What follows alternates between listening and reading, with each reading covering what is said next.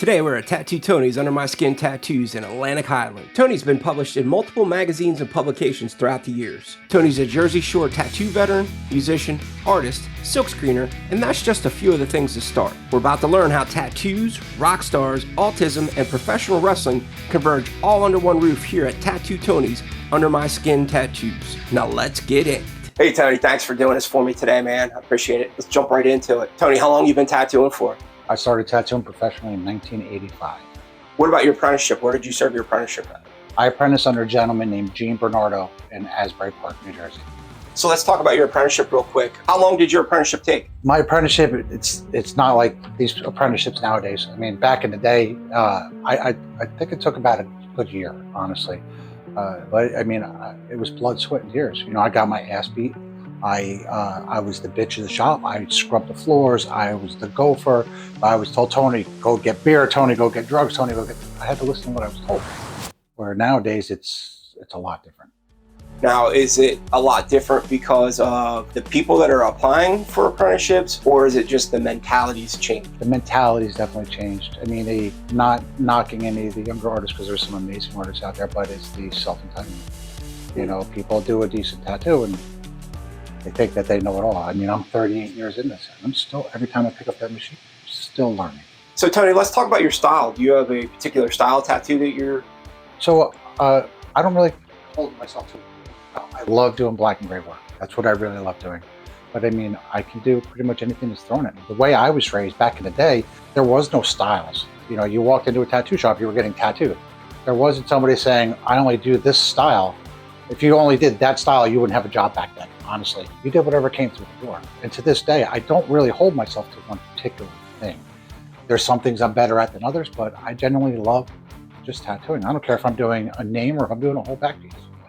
It's still all the art of tattooing, which is my passion. Not having a particular style, do you think that equates back to being the walk-in shop, you know, the old school street shop where anything kind of came through the door and you just kind of had to do it? Pretty much, honestly. That's because that's the way I was raised. Like I spoke before, you know, people hold themselves to this style. If you hold yourself to this style, and yes, can you make a career doing one style? Absolutely you can. But you know how long it takes to build that career? You know, you have to take whatever walks through the door to be able to get you to that style or that particular art that you want to do. But if you hold yourself to one thing, and this is just my opinion, if you hold yourself to one style, you're limiting yourself. There's no limit on art. So you said you did your apprenticeship with Gene. How long did you work for Gene? I worked for Gene. I started in late 84, early 85, and I wound up leaving around 94, 95 because I was, I'm a recovering drug addict. I'm not scared to talk about my addiction because, you know, it has brought me here to where I'm at today. I was battling a very bad drug addiction. I decided if I moved, then my addiction would leave. It doesn't work that way. It always travels with you. Absolutely. It took me a long time to figure that out. So how long have you been here at this shop? I opened the shop January 7th of 2008, 5 days before my son was born. Which is a fantastic gift. Absolutely. Let's talk about your son real quick, because I think this is a part that we need to bring up. This is going to separate this from a regular tattoo interview. You have a special needs son.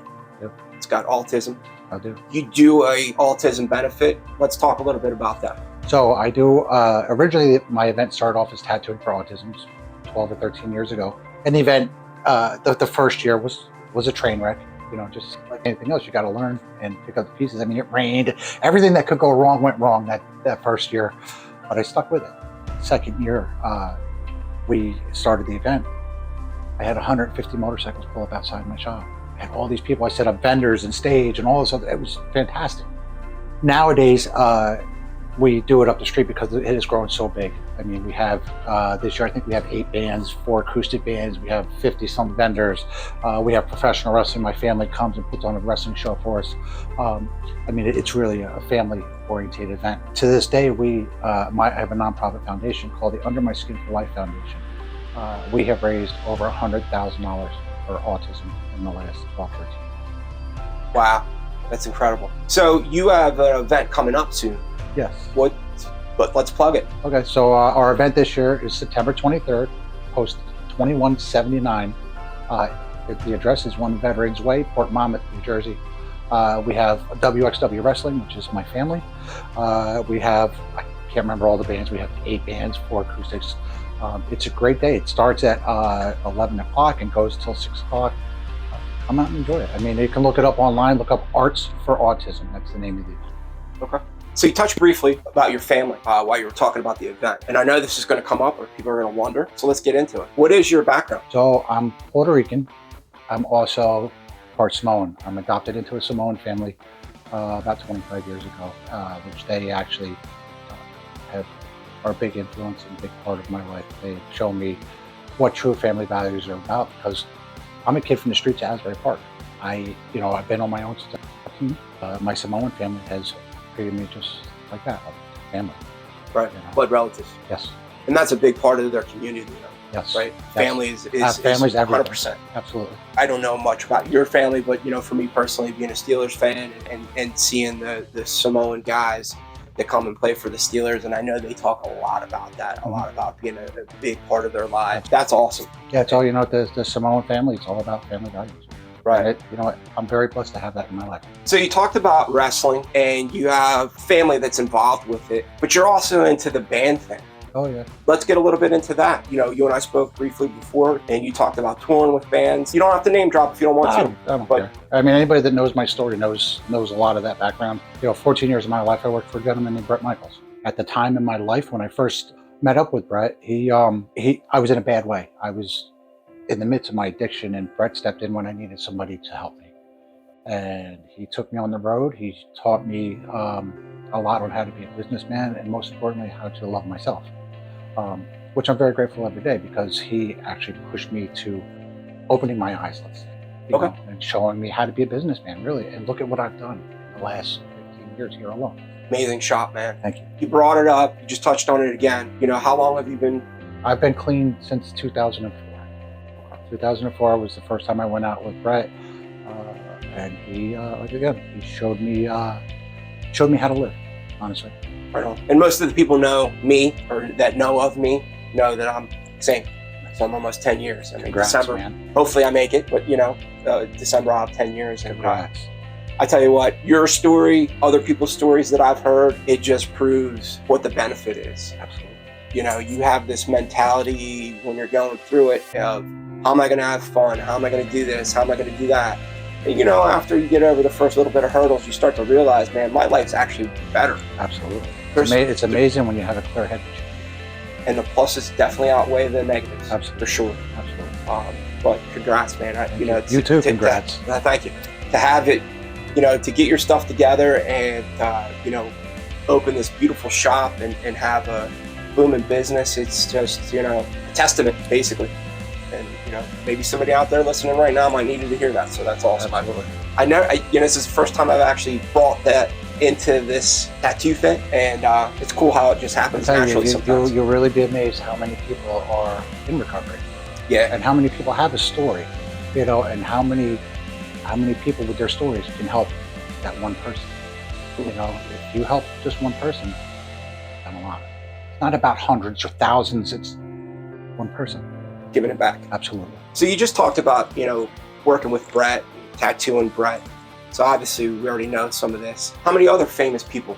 Oh. Is it countless or? There's a lot. Okay. There's a lot, honestly. I mean, between musicians, wrestlers, movie stars, it's just, my resume is pretty long. I'm not gonna name drop a bunch of names, but it's really cool, the life that I've got to lead just by doing tattoos. Right. Really, because the tattooing is what's really made me who I am today.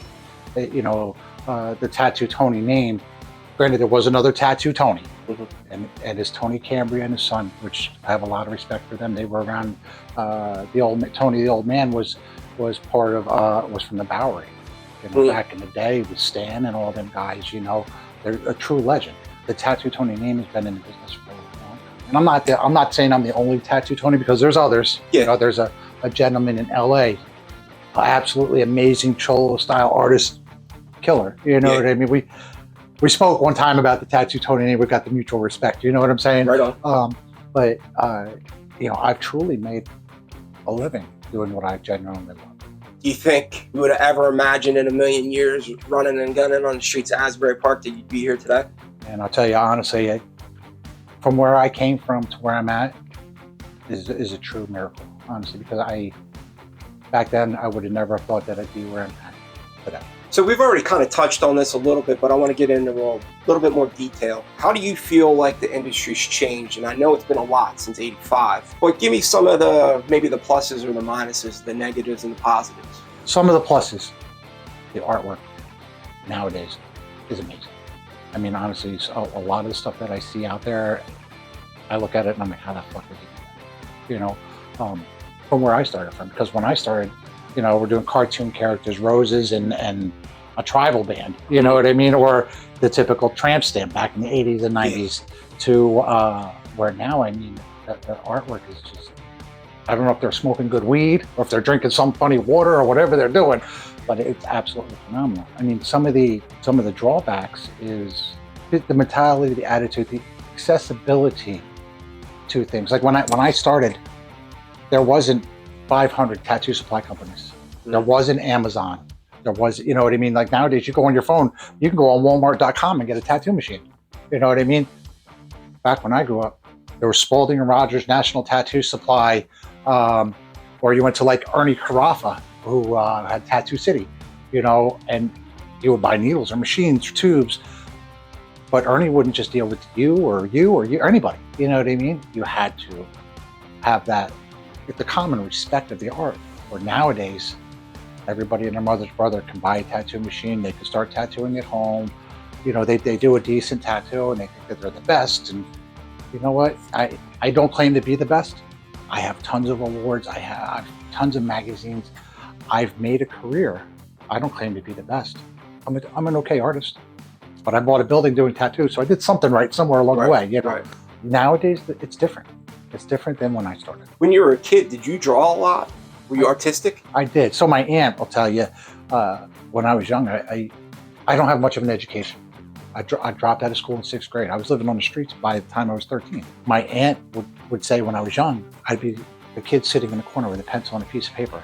Didn't care about anything else. I'd just be over there just doodling and drawing, and the little bit of time that I was in school. But you remember back in the day, we used to cover our books with paper bags, and I was a kid that would be sitting in school and drawing all over the paper bag, and back then drawing like Alistair Fiend and Eddie from Iron Maiden and stuff like that.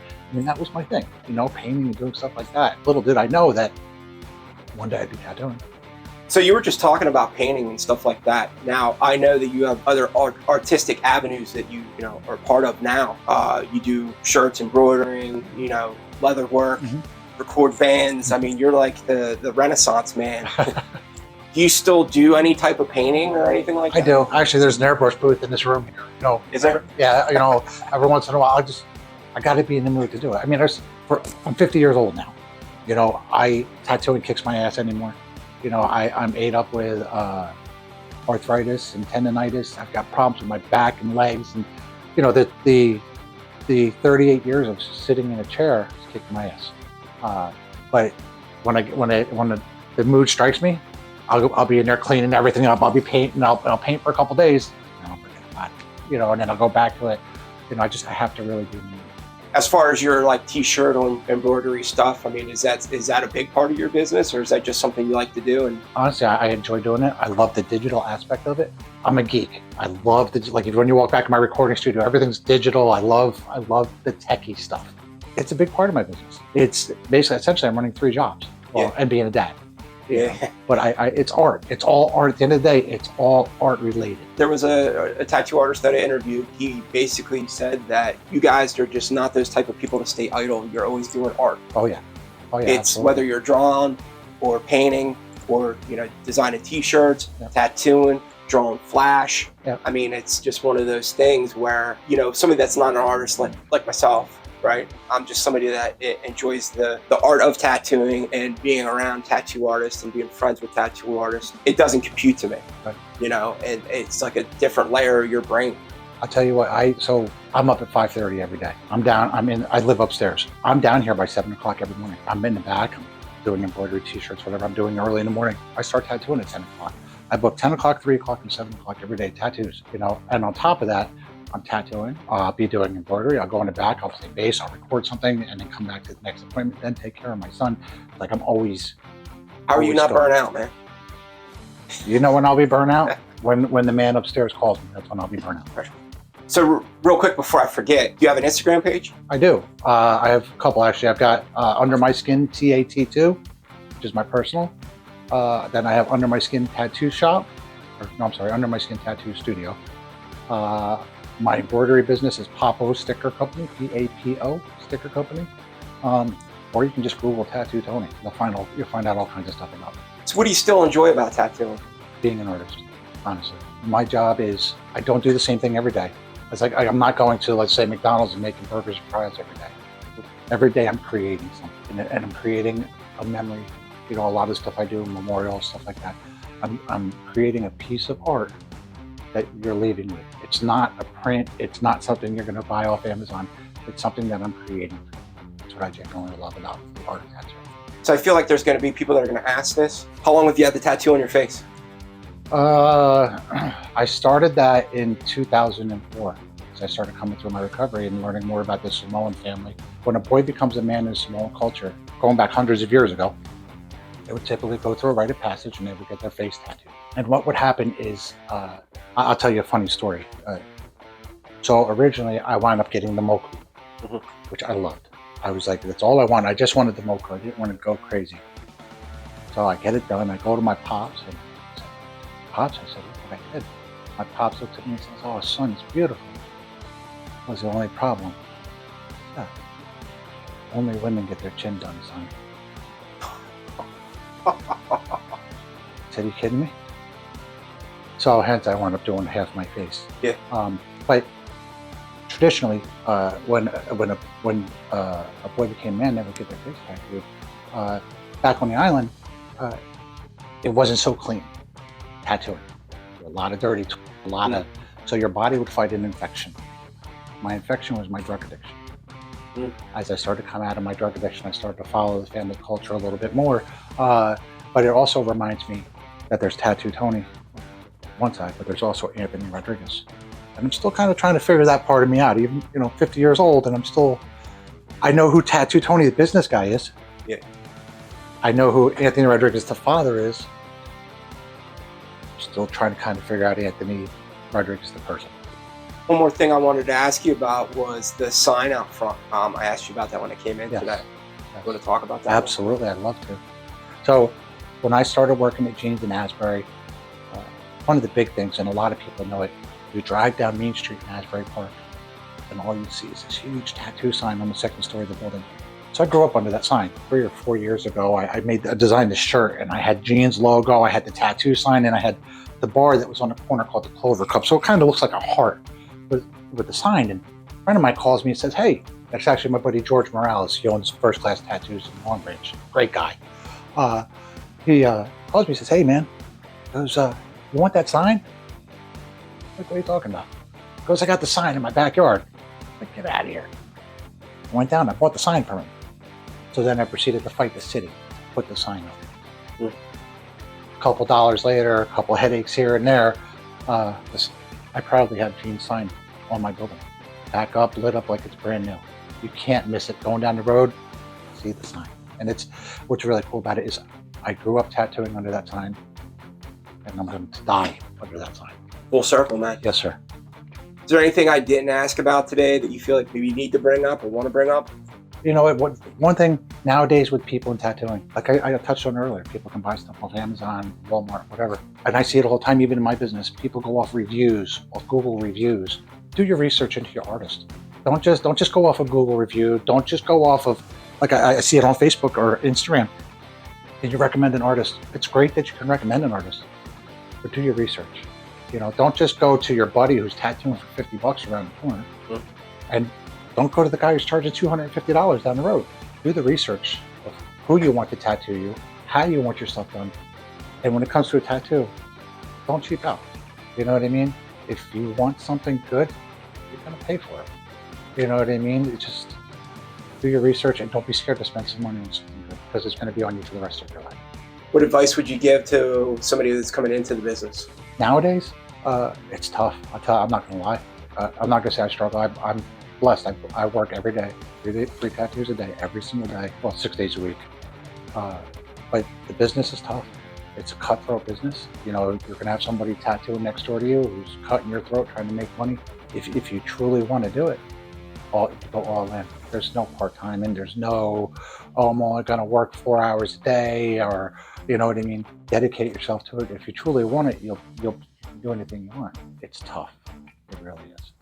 I feel like these days you have to hustle a little bit harder because of the amount of tattoo artists that there are. Absolutely. Because you know what? If somebody comes in here and I can't tattoo them right now, or one of my employees can't tattoo them right now, they're going to go to the next person down the street. And if they can't do it, they're going to, you know what I mean? They're going to keep going. Just if you find an artist that you're happy with, stick with that artist. I'm not saying stay with one artist, because there's a lot of amazing artists out there. But if you're happy with your artist, why change? Tony, I appreciate you doing this for me, man. Very nice to meet you. Yes, sir. Incredible story. I hope, you know, a lot of people get to see this and see how much of an awesome artist you are, how awesome of a person you are. Hopefully we get a lot of people to come out to your event. And I can't thank you enough for doing this. I appreciate you having me. Thanks. If you like this video, make sure you click on the next link.